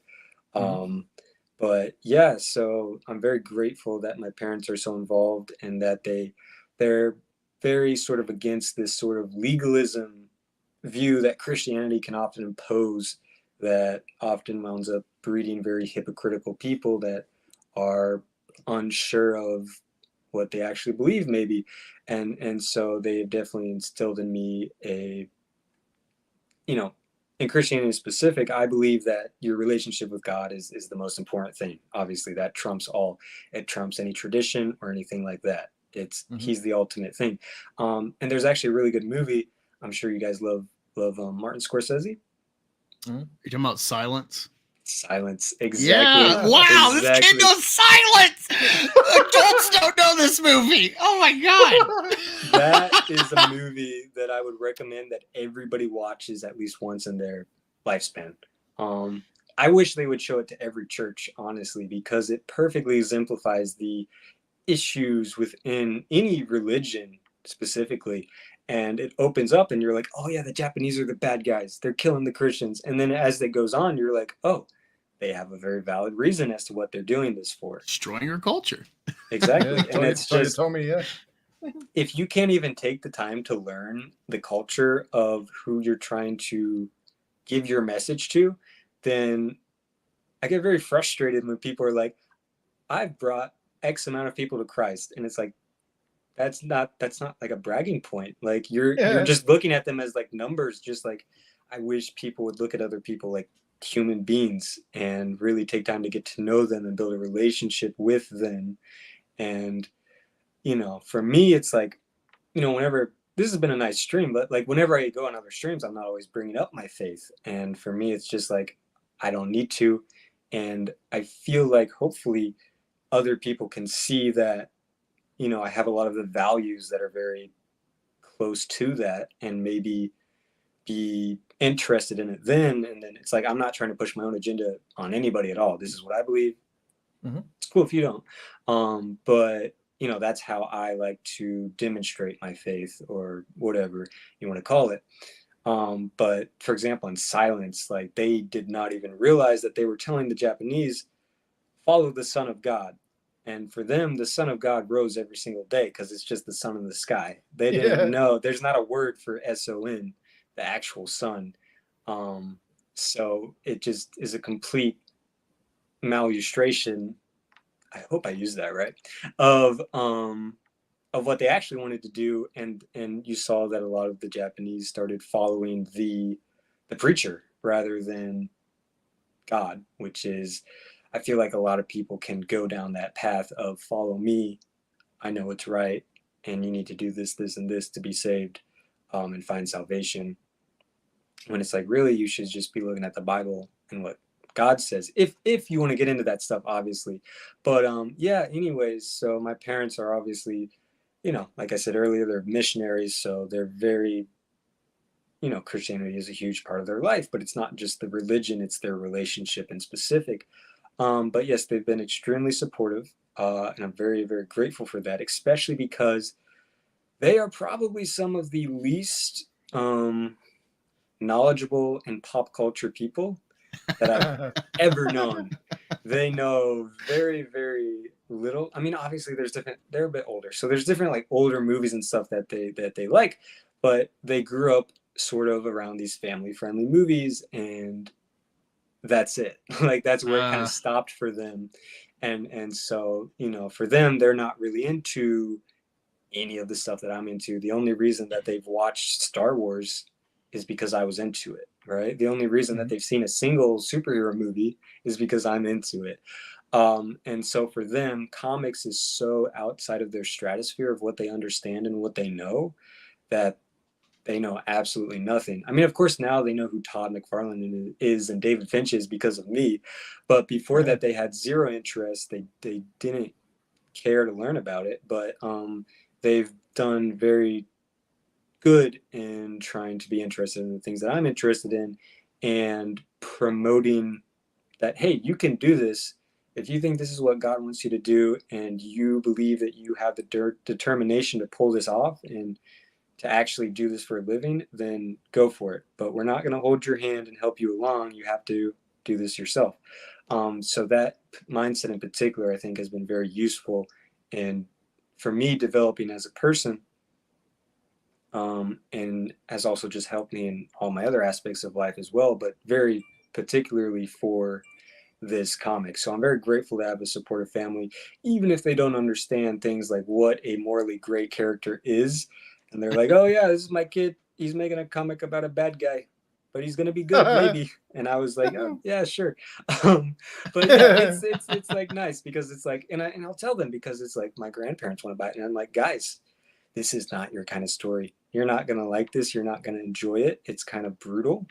But they still want to support it, even though they would not understand it. They're like, well, we can appreciate the art at least. So, I'm very thankful for my family, even if they don't exactly understand what I'm doing.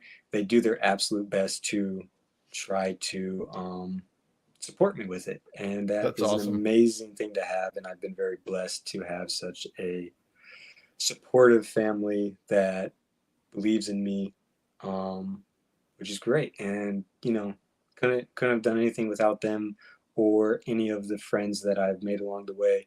And friendship is obviously something that I value very highly because I always moved around a lot. So I never really had long lasting friends. And then I never really made friends with any of the kids in my high school because we were just on such a different wavelength of how we approach things and how we approach life. So down here in Midwest Ohio, living in the cornfields, everybody wants to be like a yee redneck, and that's like all they care about, and just drinking and partying. And I'm like, okay, I mean, you can, sure, that's your thing. I don't really want to be friends with you if you're going to be like that. And I'm a very quiet person, actually, which might be surprising because I've been talking this entire time. But what I've realized is that I'm very, very bad at conversation. I absolutely hate small talk, but I'm very good. I'm very good at giving speeches. I'm very good at giving speeches, and just if I have a predetermined thing that I know I love talking about, I can talk about it. But I was going to ask you. I was looking up your name. It's like you need a channel.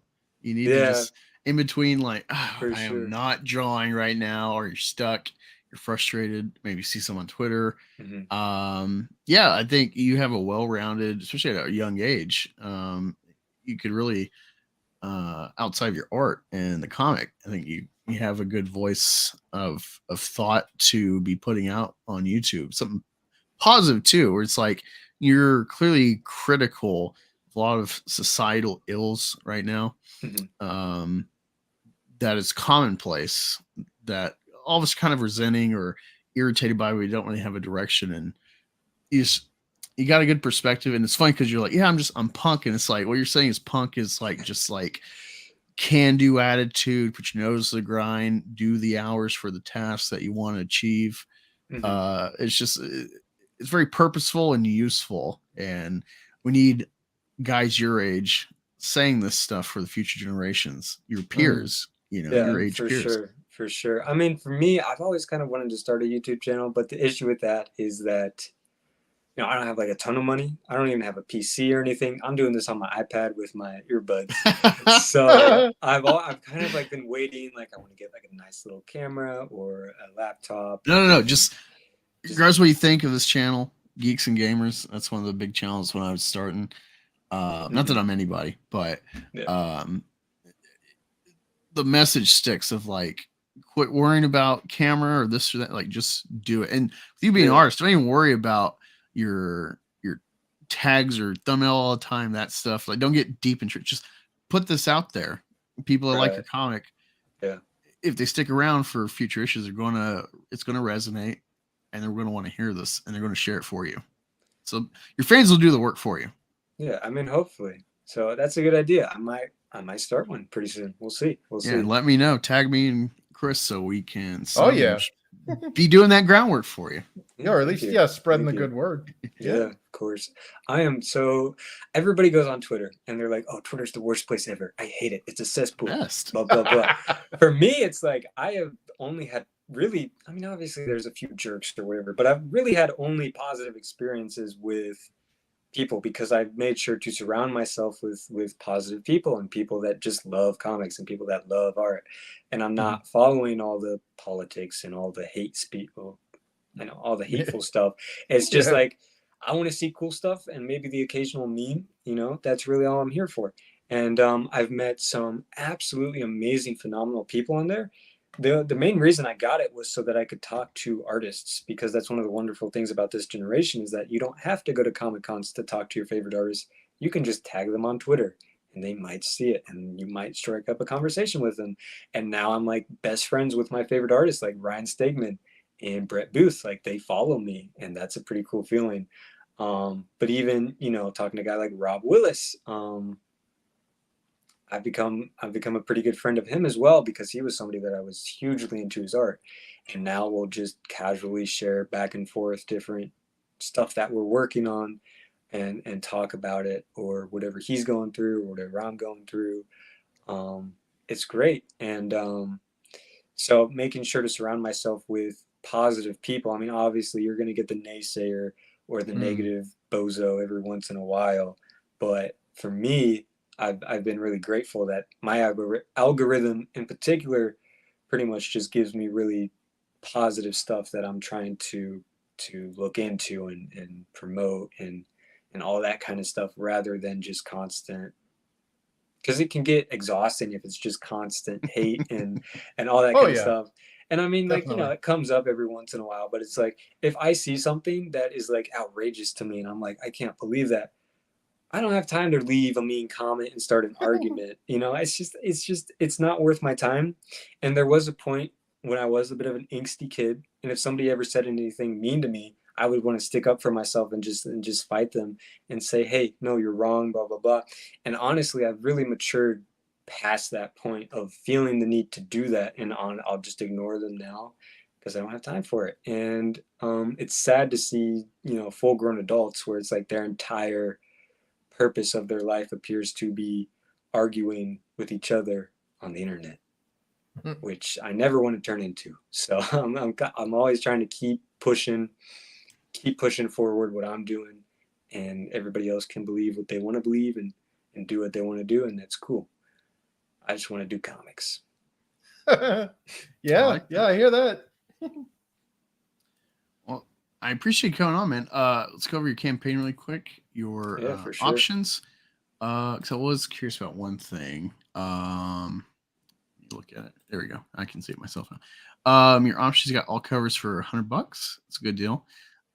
Digital 15, digital only 15. So if I get any of the covers, is digital an option that's going to come with it?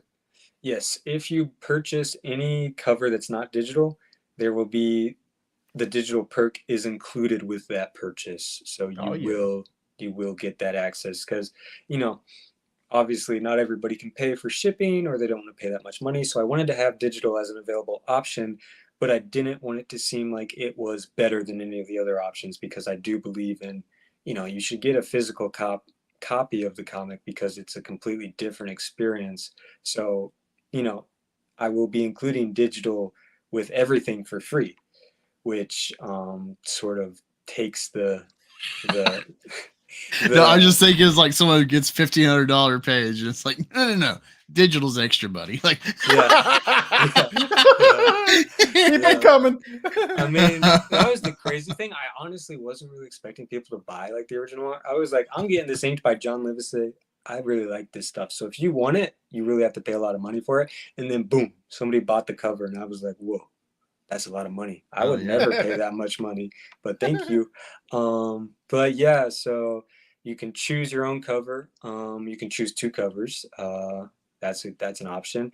And we will be having a black and white option with this book, because obviously I'm somebody that's a huge fan of black and white art. I love black and white art because it really allows you to see the details. and everything that's going on, and it's a completely different look. And obviously me and John are putting so much effort, we're bringing our A game to this line work, that I really want to be able to show it off for people. So if that's something you want to see, you can get both, or you can just get one. Or if you just happen to really, really hate color and you're colorblind, and all these annoying colored comics are annoying you, you can just get black and white, and it solves all the problems. And it is almost drawn. It's really drawn in a style that works at black and white. I think if you scroll down to the black and white covers, you can see that this still works in black and white. It doesn't need to be colored, but because this is American Western comics, it's not manga. People have an expectance to see colored work, and so I definitely want to deliver that, and I definitely want it to be meaningful. So I'm not just slapping colors on there for the sake of having colors. I want it to elevate the story. So for me, I'm very into how movies are made in cinematography and stuff. And so for me, color grading is such a massive part of it, because it completely changes the vibe of the movie or the show. Like La La Land looks very, very different from Daredevil, because La La Land is cast in this magenta, very vibrant colors, and Daredevil is usually this very darker yellows and reds, but mainly yellows and stuff like that. And so color grading is very important. And so what I've noticed with Amarok, with the line work, it's very dark and heavy and detailed, but the colors it's like this orange teal vibe to it. It's very honestly, that's my favorite color combo is that. I think the first cover really, really captures it very well. Just the vibe of the book. And so it's almost these very, very bright colors that sort of contrast the darker line work. So it creates this sort of fusion of, the colors and the line work working together in this unique way. And also it's cyberpunk. And the main thing you see with cyberpunk is like neon pink and blue or red and stuff like that. So for me, I wanted to add a new flavor that's like this orange and teal, very sort of, it captures the exact feeling that I was looking for, really.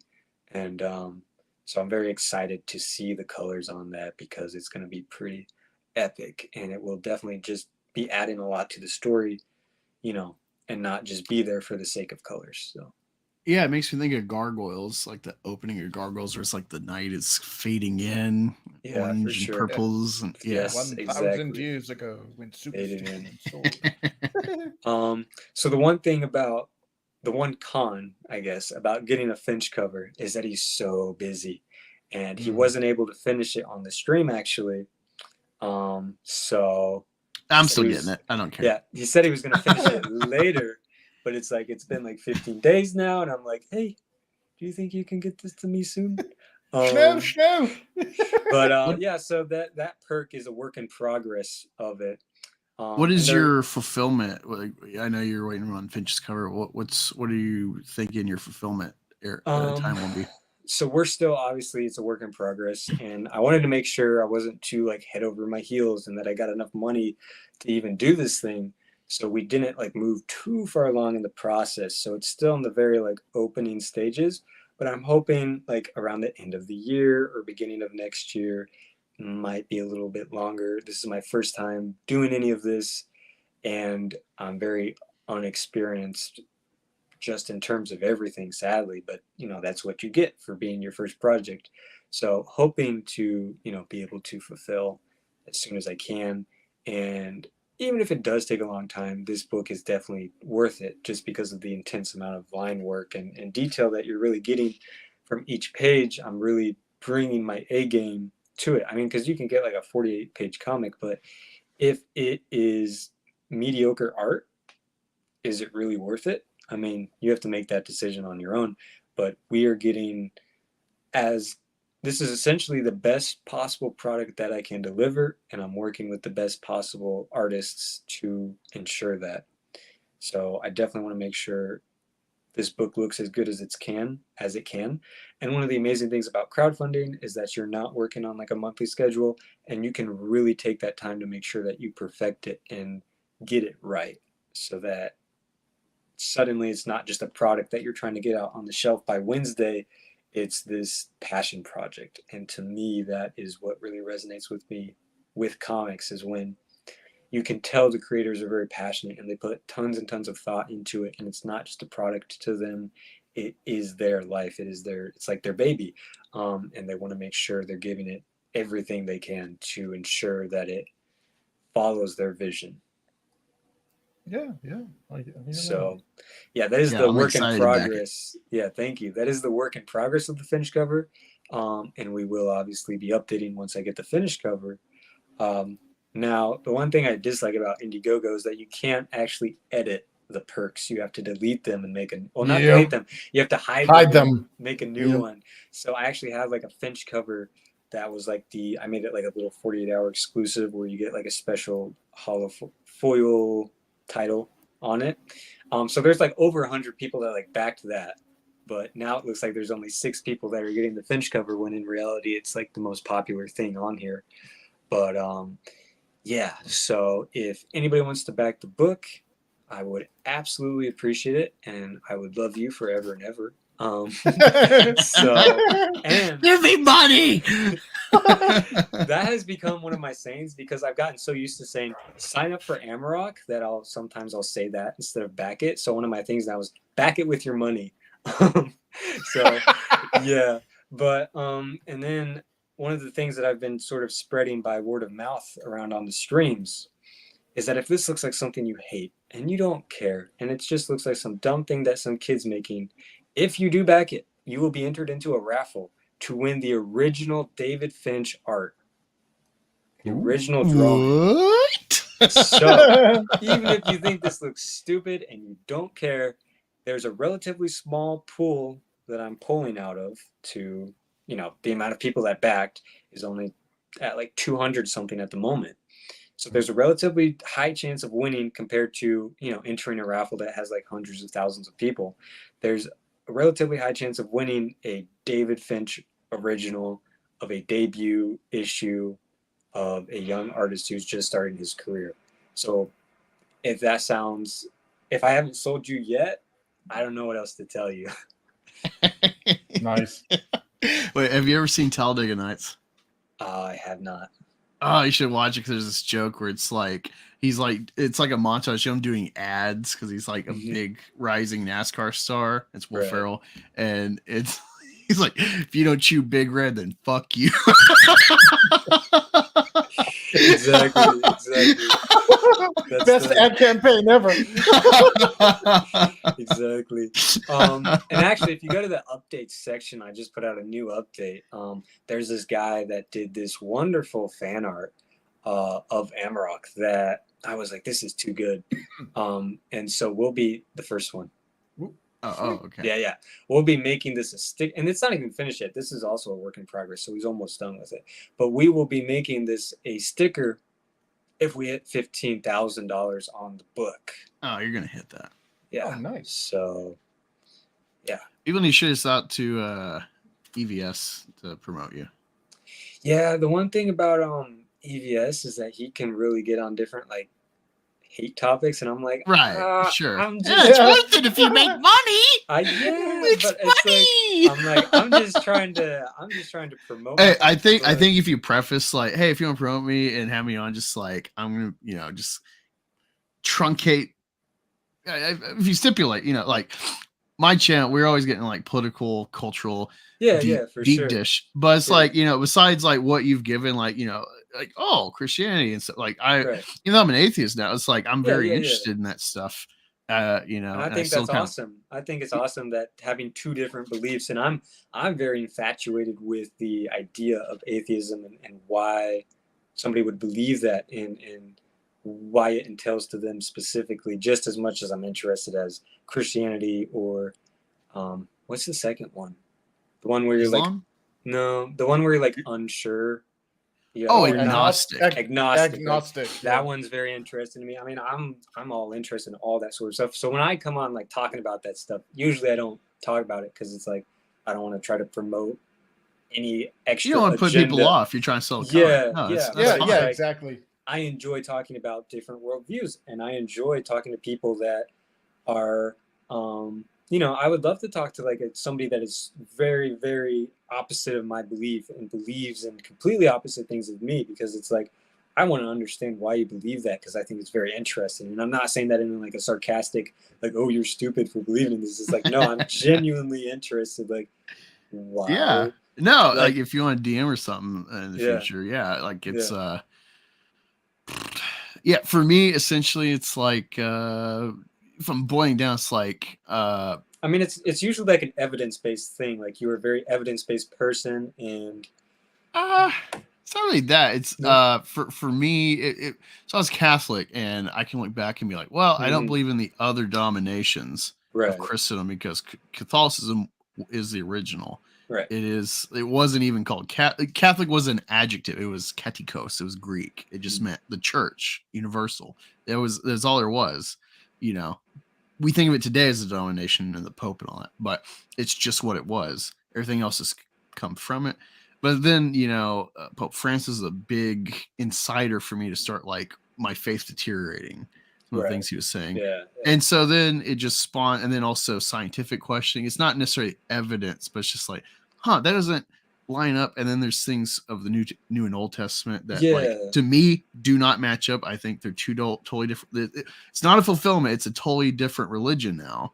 Yeah. And I don't think they definitely. I can add up. see So that. it's all that added up. And then a great way to summarize, I guess, perspective is there was this channel I used to follow when I was getting into like a lot of atheist rhetoric.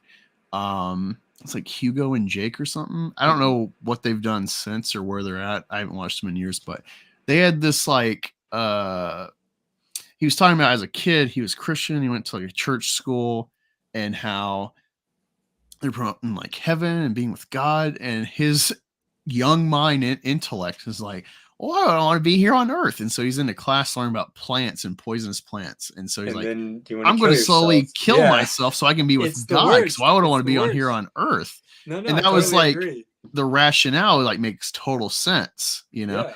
And eventually it's like, you know, with religion in general, with afterlife, is like, when life is finite and you're just whatever's your time here on earth is, it's like that's the most valuable, because you don't get any repeats or extras. It's kind of like the Marxist opiate of the masses kind of ties in with that. It when you have like, well, my life sucks, but I'll get a payout in eternity later. Yeah.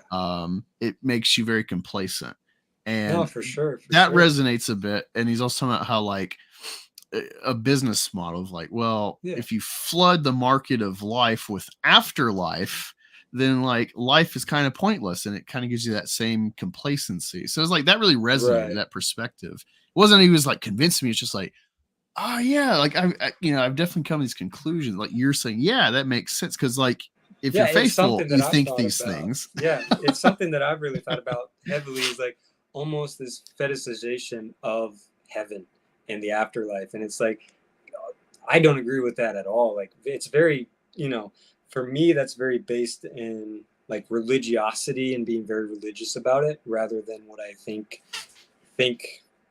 was actually trying to be said, is this fetishization of you die and go to heaven. Okay, then why should I be here? For me, it's like you should appreciate life because it is finite and it is unique, and it is like the one place where you can, you will. If we were perfect beings, we would never appreciate anything. So the fact that we can sin and fall short and fall on our face and then pick ourselves back up and learn is like so powerful and such an important thing to learn, that I think gives life so much value. And I hate the whole idea of Christians being like, your only purpose Pie is in the to go to sky, heaven. literally. Yeah, and it's just so dumb, and it doesn't really add up or make a lot of sense. So I've definitely have my issues with Christianity, but normally what I've realized from my perspective is that it's normally just the miscommunication of people rather than you know, what I believe in. But yeah, and then like that's the other thing, like with going on like EVS's channel, is that like, you know, I'm very interested, like, why do you love EVS and why do you hate EVS? Because I'm like friends with like both of those kinds of people. It's like, why do you, you know, like, and that's the other thing. It's like, I don't want to like go there and then suddenly it's like, oh, you associated with him and we're, Oh yeah. yeah. So to me, dude, it's just I like, know it's about that. stupid because it's like, you're going to get mad at me for going on a show and we're talking about a robot frog and a man in a cape with a magic arm. Yep. But it's like, no, yeah, that's what we gotta be fighting against, Yeah. you know, and so that can really irk some people. So it's like, and I just don't want to get on there and you know, I'm not really into any of the hate stuff or anything. Or I mean, you know, some people I can understand, he plays it up, he has a very specific audience that, you know, he's catering to, and you know, similar to yours, it's like, you know, there's an audience for that, and there's people that really enjoy listening to that because it can be very frustrating, and so it's a place that you can sort of vent those frustrations while also critiquing it and trying to make it better. But for me and specific, I'm just trying to stay away from that all at this point. And obviously I'm very young and I don't really know where my life is leading me, so it's like I want to make sure I'm very he had his whole life ahead of him. Right. Yeah. He had his whole life, and then he went on Comic Artist Pro Secrets. It's over. I mean, sadly, there's some people that are like that. And dude, I totally understand. You can't just have like a civil conversation anymore, and it's upsetting that it's like that. It's so frustrating for the factionalization. For me, yeah, the factionalization. If you want to know whose mindset I'm thinking of, if you follow Mark Millar, that's exactly what I think. I'm very in line with what he has to say about all this stuff. He's like, Twitter doesn't even matter for sales. Like, yeah, it's like he was talking about it. It's like, hey, I'm friends with guys that are in, you know, Comicsgate, but I do not belittle a person down to their, you know, faction, I guess you could say.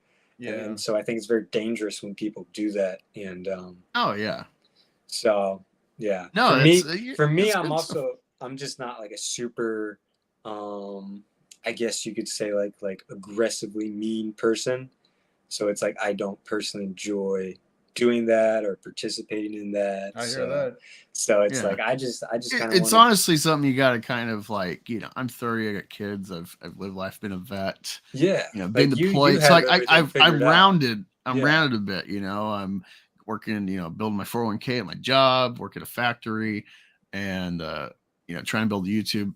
And so yeah, it's like where I'm at. Just like you just got like. Maybe you won't get there, but it's like conversations that Evis will get into and his crew and stuff that can be off-putting. It's like you're just not there yet. You know, it's not that like you won't get there, or maybe you won't, but it's like you just gotta live life more before you're even really worried about it. It's not that like I don't care you're washing your hands. It's like you're not even at the point to worry about some of these things. I mean, it will affect you, the things we talk about, I guess, but you're not in the trenches of those facets of life. So it's like, no, I totally get it. Yeah. I would love you to get promoted on that channel too. You know, I mean, it's I want this to be, that's kind of the mecca in this sphere of like, oh, you're on EVS, like you can make another 10K or more getting seen.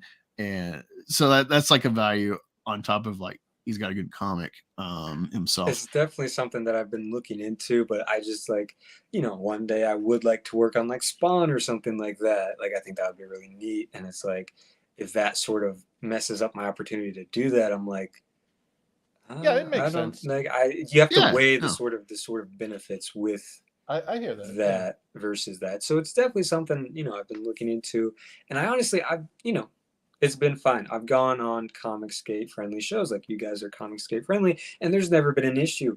I have people that follow me that are super Comicsgate, and I talk to them and I interact with them, and nobody throws a hissy fit over it, because I like to think that my followers are very matured people that aren't gonna get upset over somebody's side that they align on. Yeah. And so you're not welcomed at our lunch table anymore. Yeah, it's that. Yeah, no, I mean, I'm honestly open to quote unquote SJW creators. Like, if you got a cool book, I want to promote it. Like, it's like the art is bigger than the people Yeah. making it, you know. Well, That's what I'm well, saying. somebody's personal views are really none of my business. Like Yeah. I have friends that are Comicsgate. I have friends that are very anti-Comicsgate. Yeah. And you know, ultimately, it's not my business what they're fighting about because it's not my fight. Exactly. So you know, I stay out of that, and I agree with you, man. Like you gotta look at the bigger picture, and if it's you know if you're looking at, I remember the term career limiting move. Yeah. You know. Yeah. I mean, for me, it's really disheartening that I've come up in an age of comics where there is this civil war going on with political ideologies and sightings and all that Yeah. sort of stuff, where rather than like in the 90s, like when Image popped up, like the big deal was like, oh, they're trashing Marvel and DC. And that was like the only thing, like there was no political things involved with that whatsoever. And so there wasn't any sort of like actual like hostility involved.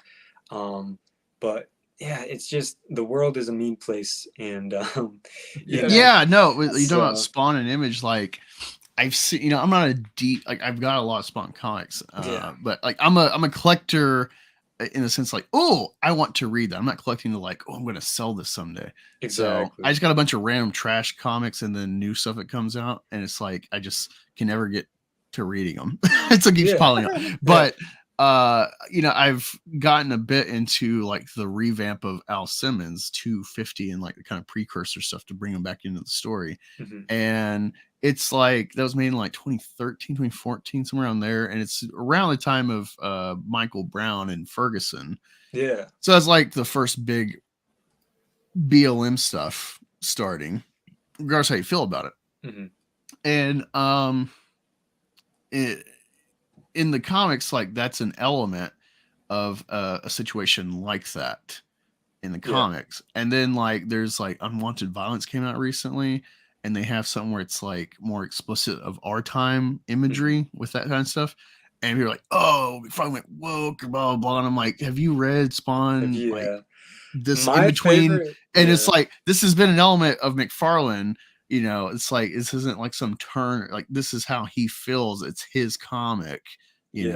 know, like it's fine for people to have a specific view of themselves. It's not that he's propagandizing necessarily to you, like you believe this, but like that's how he wants to write. Like I don't know. Mhm. It's I really hate. I'm someone that is like a friendly fire guy in the Phantom Menace comic skate, where it's like, yeah, I don't believe in this rhetoric of like we got to like, oh, we're mostly conservative, so we only make conservative stuff, and anything Yeah. SJW is negative instead of just like, well, this is an element. People think this. It's not crazy to include it in the world. Yeah. And so I get frustrated in my own side where I'm like, I don't have a home necessarily. Right. Right. I mean, for me, I'm sort of in la la land all day, right? So I'm not like I'm not grounded in the real world. So I just do not care about politics. I don't care about either side. They both have they're doing whatever they're doing. You know, maybe my beliefs line closer with one than the other. Who knows? Maybe not. I mean, they've gone completely evolved from what they used to be to different directions. So it's like tying yourself down to one political class. It's like they're constantly changing, and suddenly it's like your entire identity is that. So for me, it's like I don't care. I don't want to get involved in it. If I could just be a hermit that lives in the forest, that would be fantastic. I would love that. So, and my favorite thing about Todd's one of my heroes, and that he's always unapologetically himself, no matter what. No matter if he's losing the argument or he's winning it. I mean, he'll debate you and he'll just show up in his shorts with no shirt on.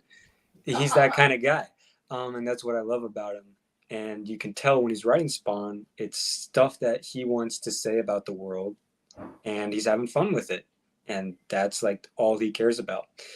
Like even the whole premise of Spawn is that, you know, superhero comics are kind of soft because of the Comic Code Authority kind of overtaking them. So I want to do something that deals with a vigilante that is targeting rapists and pedophiles and the nasty, nasty criminals of the world, rather than just a casual, silly, goofy street robber who, you know, ooh, he stole some money. You know, it's dealing with the actual malice and evilness of the world. And so if you look at it from the start, Todd's always been that way. I mean, issue number 7 with oh, I can't remember his name now, but Overkill. no, maybe it wasn't issue 7. It was Was it earlier? It might have been a lot earlier. The ice cream killer guy. Yeah, it's that like the guy. first arc. Yeah, that might have been like issue 3, I guess. My bad.